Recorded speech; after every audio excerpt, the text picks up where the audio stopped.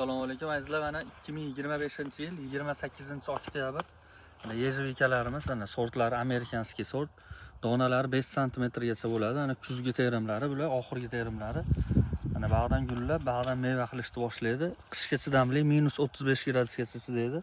Barglari holatida mana shunaqa yashil holatda turadi, to'kilmaydi bargi.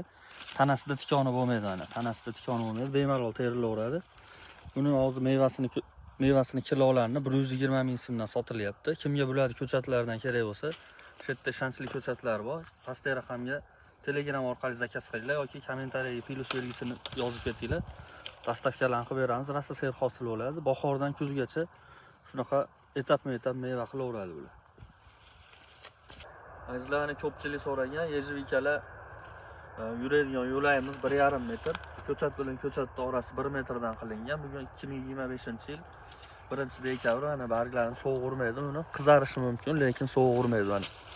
Bo'ylari mana shunaqa holatda bo'ladi, 1,5 metrgacha bo'ladi. Ular keyingi yil yana meva berib ketaveradi.